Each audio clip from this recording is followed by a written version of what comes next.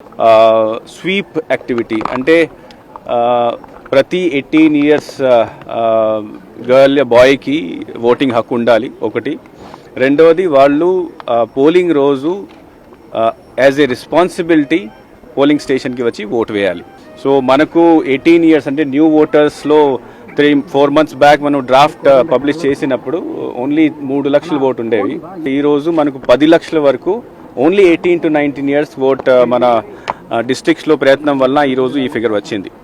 ఇంకా 2-3 రోజు అవకాశం ఉంది. అప్పుడు కూడా వాళ్ళు if anybody is left out they can come and vote. 16th announcement అయిన తర్వాత మనము ఎంసీసీ ఇంప్లిమెంట్ అయింది. ఎంసీసీ ఇంప్లిమెంట్ ఈసారి చాలా కేర్ఫుల్గా రెస్పాన్సిబుల్గా ప్రతి జిల్లాలో చేస్తున్నారు.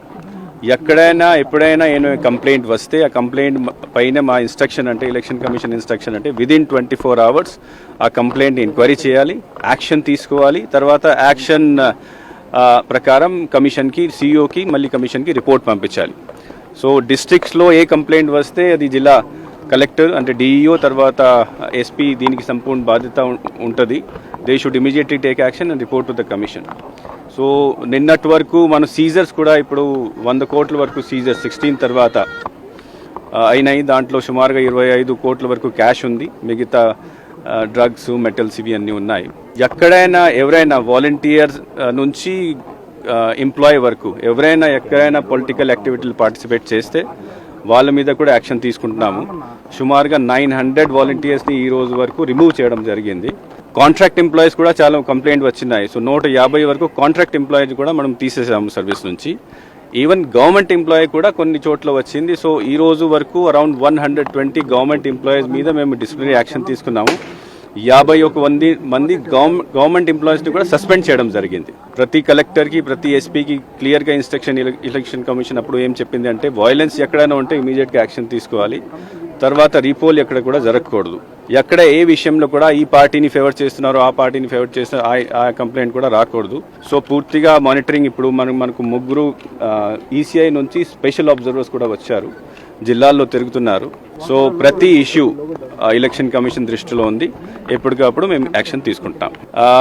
1 year నుంచి మేము కంటిన్యూస్గా ఈ దొంగ ఓట్ల మీద, తర్వాత డూప్లికేట్ ఓట్స్ మీద ఇవన్నీ స్పెషల్ ఎఫర్ట్స్ పెట్టాము. మనకు ఫైనల్ పబ్లికేషన్ 22 జనవరిని జరిగింది ఈ సంవత్సరం. దీని ముందు సుమారుగా 16 లక్షల complaints only duplicates, dead votes మీద వచ్చాయి. ఆ డూప్లికేట్స్ అన్నిటిని మేము కంప్లీట్ చేసేసి 22nd ఆల్మోస్ట్ 6 lakh ఓట్ని ఈ కేటగిరీలో తీయడం జరిగింది. 22nd జనవరిని పబ్లిష్ చేసిన తర్వాత కూడా ప్రతి వారం ప్రతి కలెక్టర్, ప్రతి ఆర్ఓ, ఆల్ రికగ్నైజ్డ్ పార్టీస్తో మీటింగ్ పెడుతున్నారు. వాళ్ళకి ఈ వారంలో ఎంతమంది ఇంక్రీజ్ అయ్యారు, ఎంతమంది డిలీట్ అయినారు, ఎంతమంది మోడిఫైడ్ డీటెయిల్స్ ఇస్తున్నారు. సో పూర్తిగా ట్రాన్స్పరెన్సీతో మేము ముందుకు వెళ్తున్నాము. ఇంకొక మాట అంటే ఇంకా కొన్ని చోట్ల ఇంకా డూప్లికేట్స్ ఓట్స్ ఉన్నాయి, అది కంప్లైంట్ వచ్చింది. దీని గురించి ఎలక్షన్ పోలింగ్ డే ఒక వారం రోజు ముందు ఓటర్ స్లిప్ పంచడం జరుగుతుంది. ఓటర్ స్లిప్ పంచిన తర్వాత మనకు absentee, shifted, duplicate oats list వస్తుంది.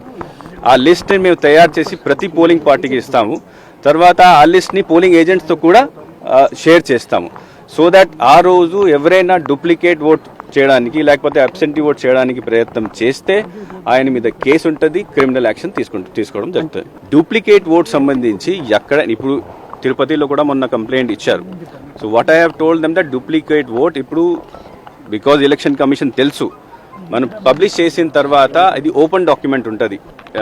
ఎవరైనా చూసేసి వాళ్ళ పేరు ఉందా లేదా ఇంక్లూడ్ చేసుకోవచ్చు. వేరే పేరు ఎవరైనా డౌట్ ఉంటే అబ్జెక్షన్ పెట్టుకోవచ్చు, పేరు తీసుకోవచ్చు. పార్టీ వాళ్ళు కూడా అబ్జెక్షన్ పెట్టుకోవచ్చు, ఓటర్ స్వయంగా కూడా అబ్జెక్షన్ పెట్టుకోవచ్చు. ఈ మనం పూర్తిగా ట్రాన్స్పరెంట్ పద్ధతిలో అందరికీ చెప్పాము, అందరితో మీటింగ్ పెడతాము.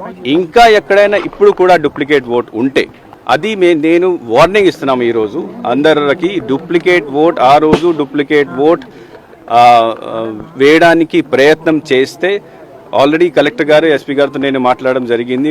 ప్రయత్నం చేస్తే వాళ్ళ మీద